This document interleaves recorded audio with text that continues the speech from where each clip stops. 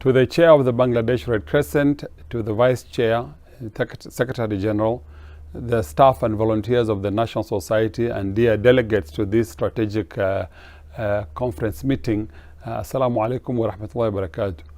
It gives me a great pleasure and honor to have been invited to speak to you this morning or today to give you a bit of insights on the work of the Kenya Red Cross Society, but particularly their commercial work. I want to say that worldwide, the Red Cross Red Crescent have been very fortunate to be able to respond to disasters and to emergencies using volunteers and staff. Bangladesh Red Crescent is known globally for its ability to respond to cyclone, flooding and disasters, and with the cyclone shelters that have been built over many years. And your ability to respond is highly recognized and highly commended. The question of national society sustainability, especially as you're now embarking on your new strategic plan, is a major question.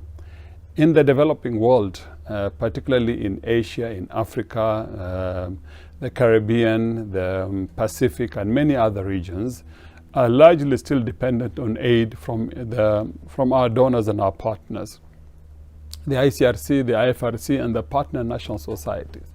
Yet if we look back, today without this support, many of our societies will close their shops or will reduce their activities drastically.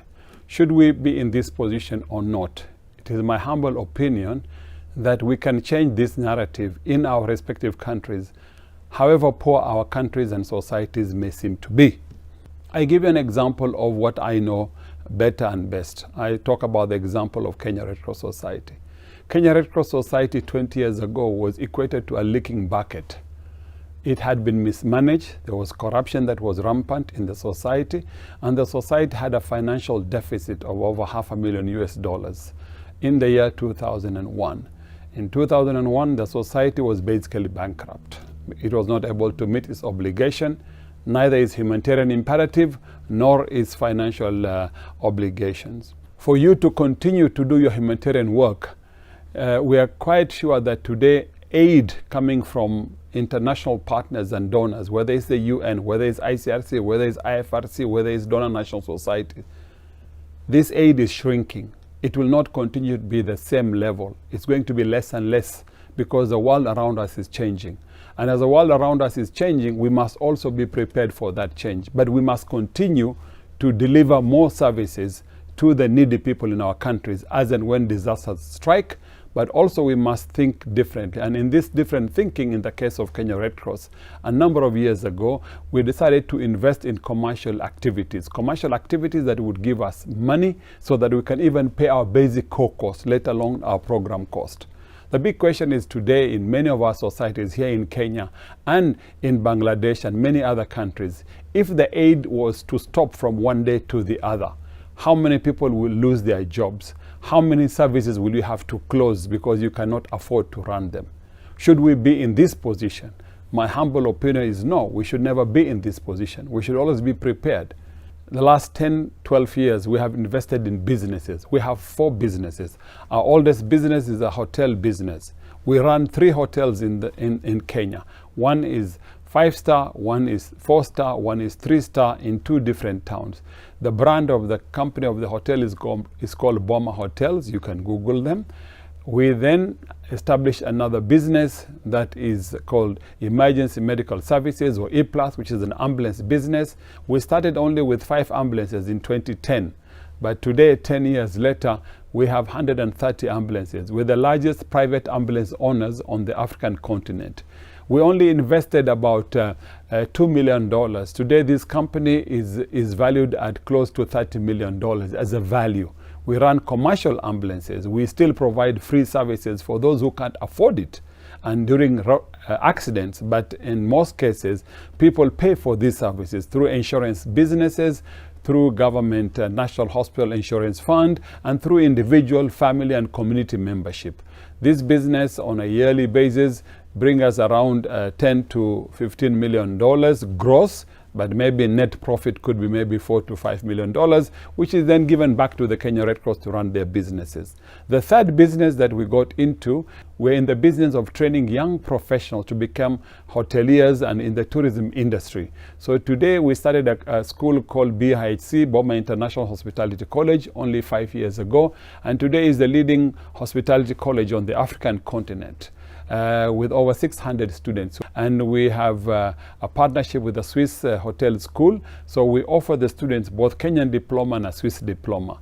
The idea is just not only us to do business, but it's also to provide quality education, which also helps the country, and particularly the Ministry of Tourism, to provide professional skill labor, manpower through the TVET training. This is the technical and vocational training. Not everyone will have a degree, but for hospitality industry, we also provide skills and skill labor where the students practice and learn on the job, and they're trained, whether it's in culinary arts, whether in hotel operation or hotel management.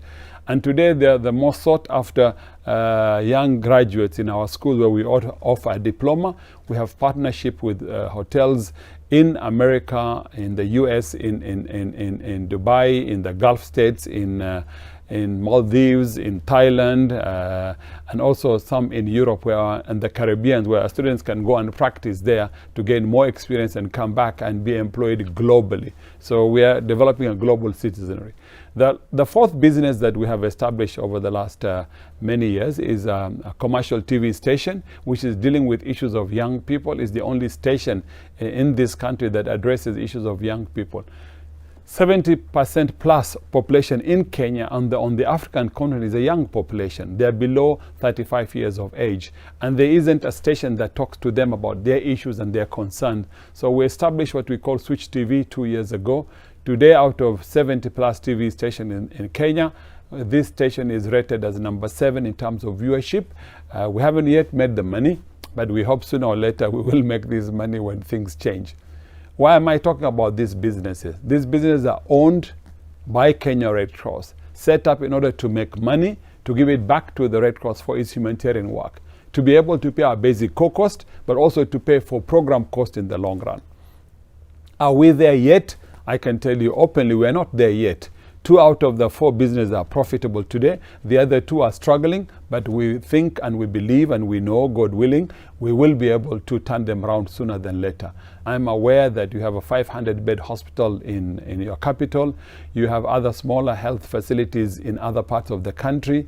You have a nursing school. For me, this can be even your starter. I wish today in Kenya we had a 500-bed hospital. We'll turn it around. We'll turn it around to make it commercial, specialized field, whether it's in the field of trauma, if it is pediatrics, if it is in any specialized field that you'll have, or would it be a general hospital with all these facilities? The point really is, there's no two ways about us going into commercial businesses. The mentality of handouts, the mentality of charity must change if we are to survive the 21st century. Going back to the hospital, I think you need to run this hospital commercially, get professionals to manage it, to take over and to run it. Mr. Secretary General doesn't have to get involved with the day-to-day running. That is why in the context of Kenya, we set up a group holding company called Boma Pan-African. The humanitarian work remains humanitarian with their Secretary General, but the commercial work is separately run by professionals and who can then be held accountable to bring resources back into the organization. I just want us to say that you know your country better than anyone else. You know what is potential, what is not potential. My advice and challenge to you, starting from your local branches to your region to the national, you must think out of the box. So I just want to end here to say, look, your destiny is in your hand. This is your society, it's your country, you know it better than anyone else. There's no point to see the country growing from this point to that point and the society remaining to where it is. The society also must grow equally as the country grows, and you are part of this. So I just want to wish you all the best as you look into your next phase of your strategic plan, and to challenge you that we must walk the talk, we must change. if we are not going to, change is permanent. It will catch up with us. You have a population of 40+% of the country's young people. And this is where you must invest in your young people. They must become part and parcel of the society in its totality. And you must use their skills and knowledge using innovation, technology that is there today. So I just want to wish you all the best, and may God bless Bangladesh Red Crescent. Thank you very much.